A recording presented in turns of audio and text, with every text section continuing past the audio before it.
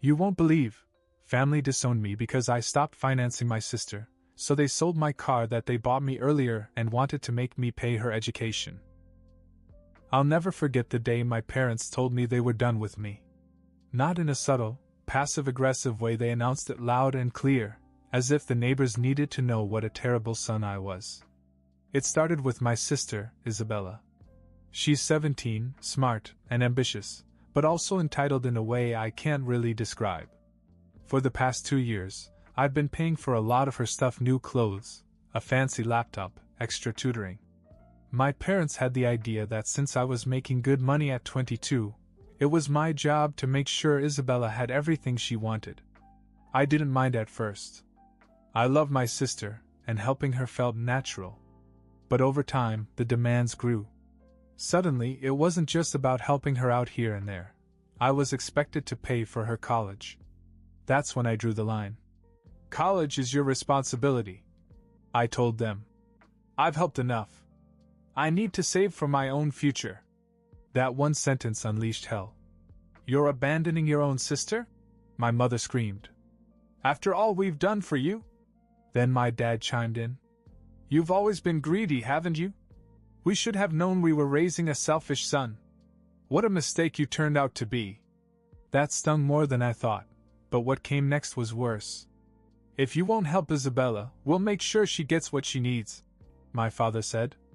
We'll sell the car we gave you. That car. A used Honda they'd bought me for my 21st birthday.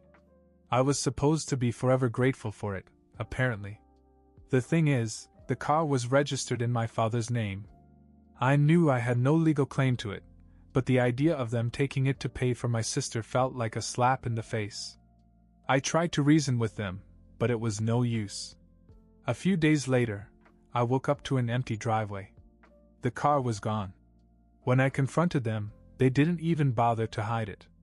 We sold it, my mom said, crossing her arms like she was proud. The money goes to Isabella. You'll thank us when you stop being so selfish. I wasn't surprised, but it still hit me hard. I had worked hard for my money. I could afford another car if I needed one, but it wasn't about that.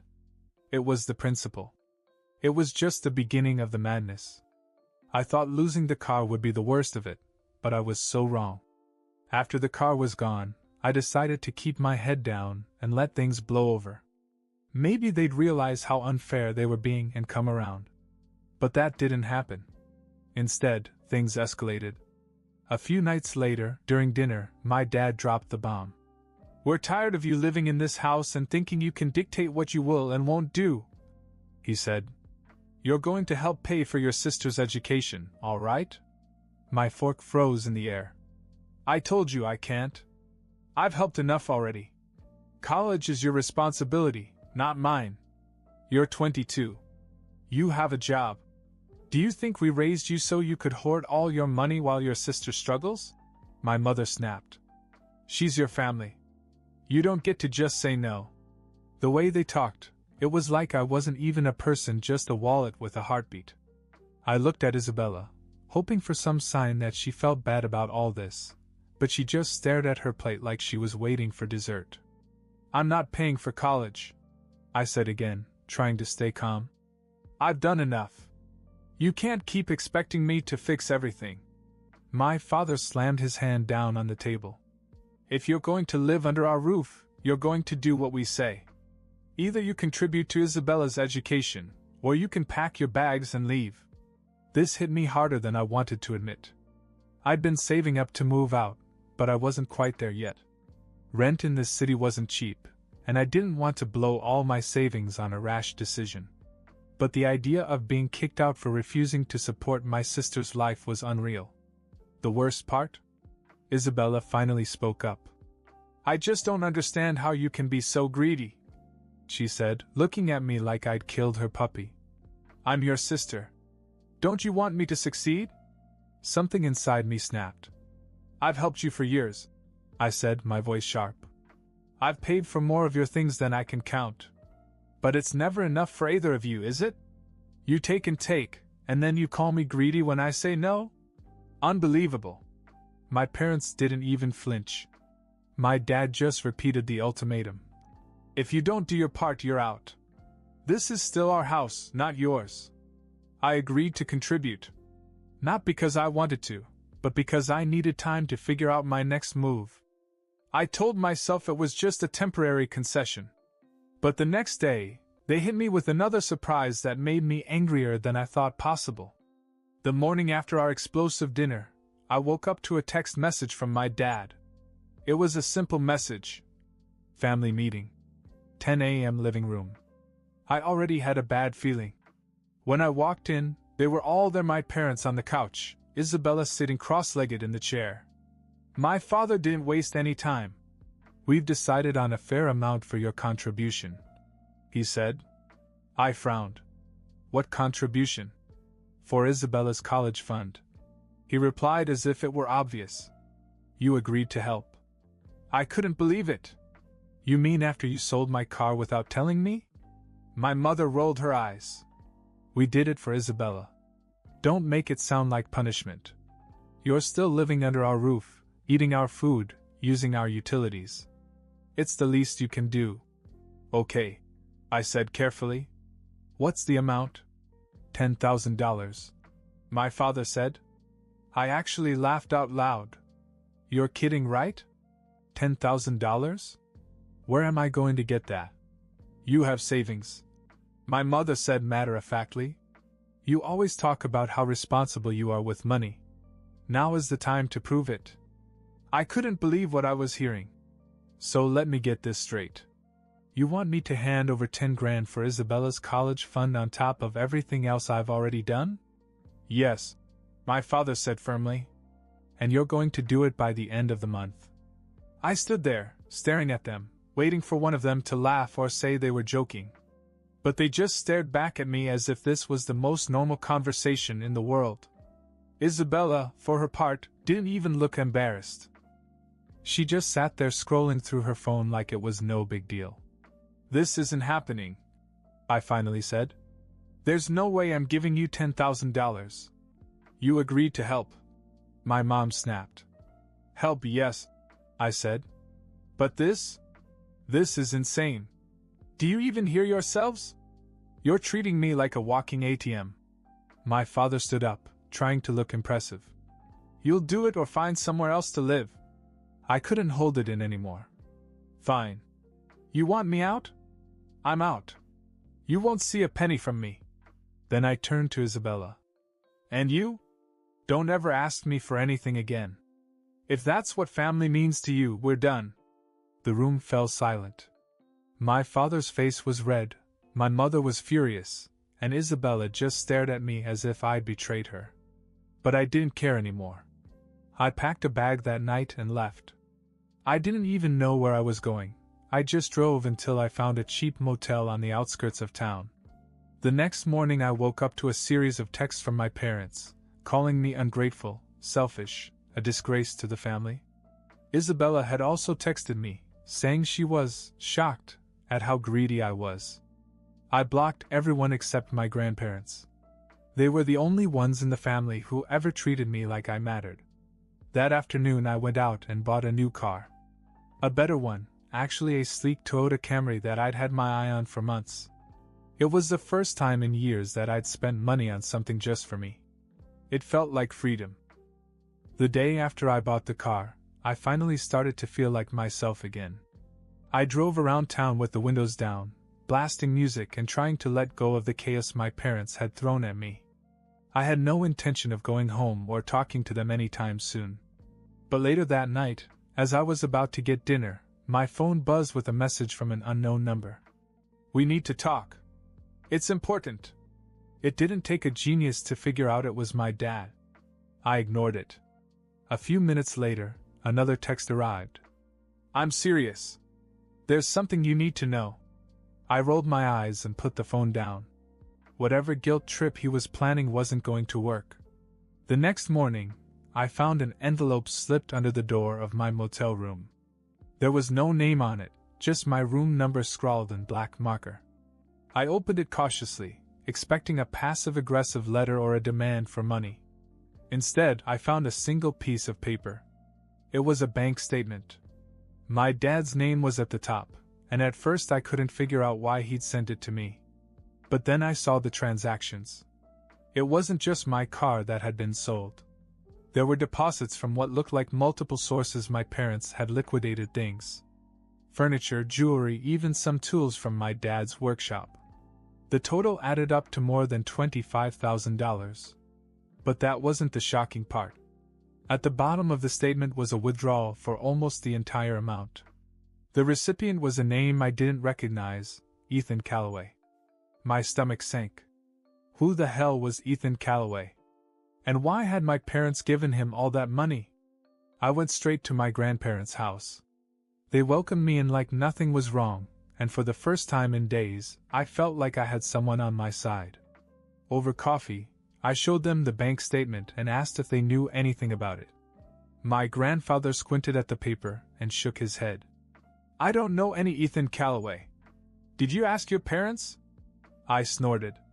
They're the last people I want to talk to right now.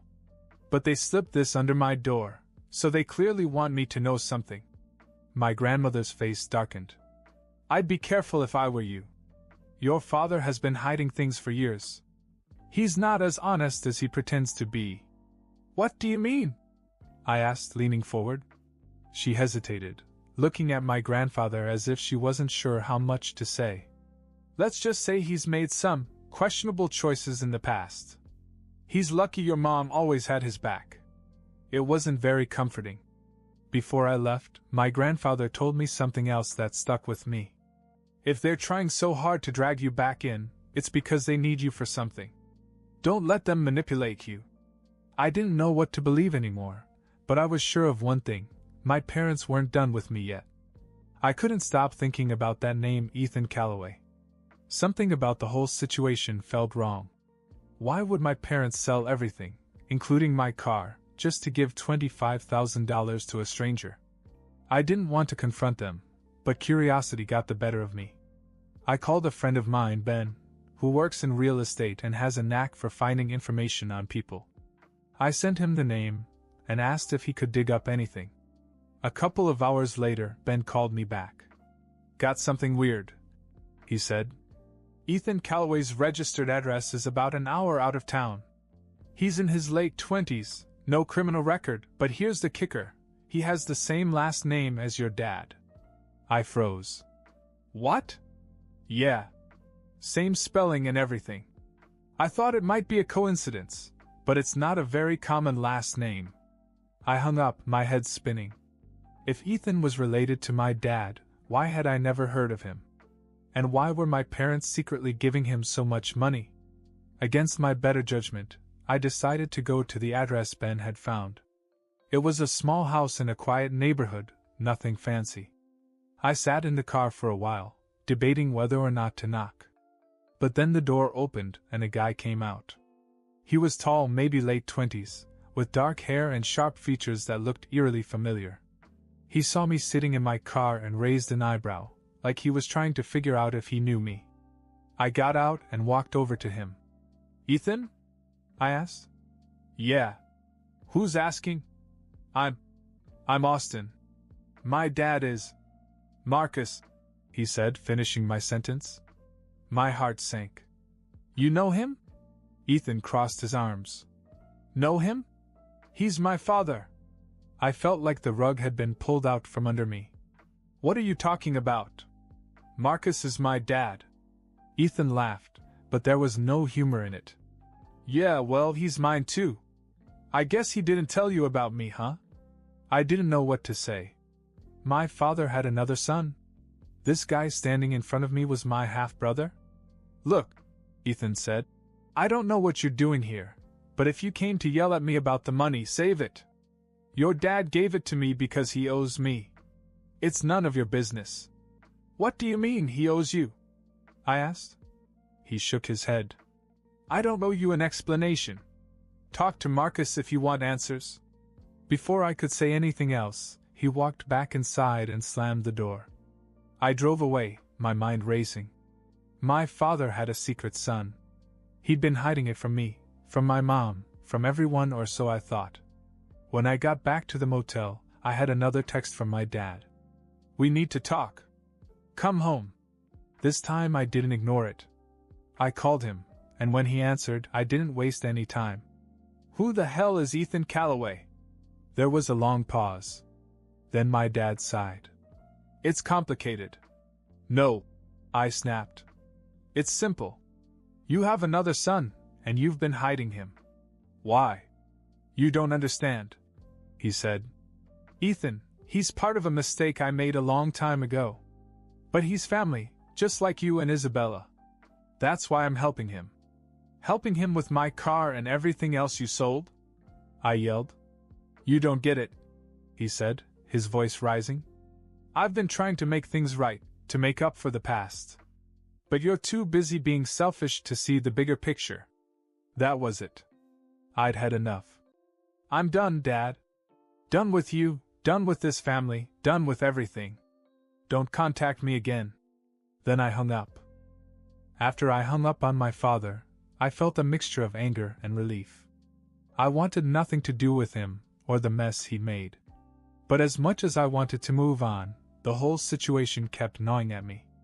Who exactly was Ethan, and what had my father done that he felt the need to sell everything to make things right? I didn't have to wonder for long. A few days later, a thick envelope arrived at the motel. The handwriting on the front was unmistakably my dad's. I almost threw it in the trash. Whatever excuses he had, I didn't care. But something made me open it.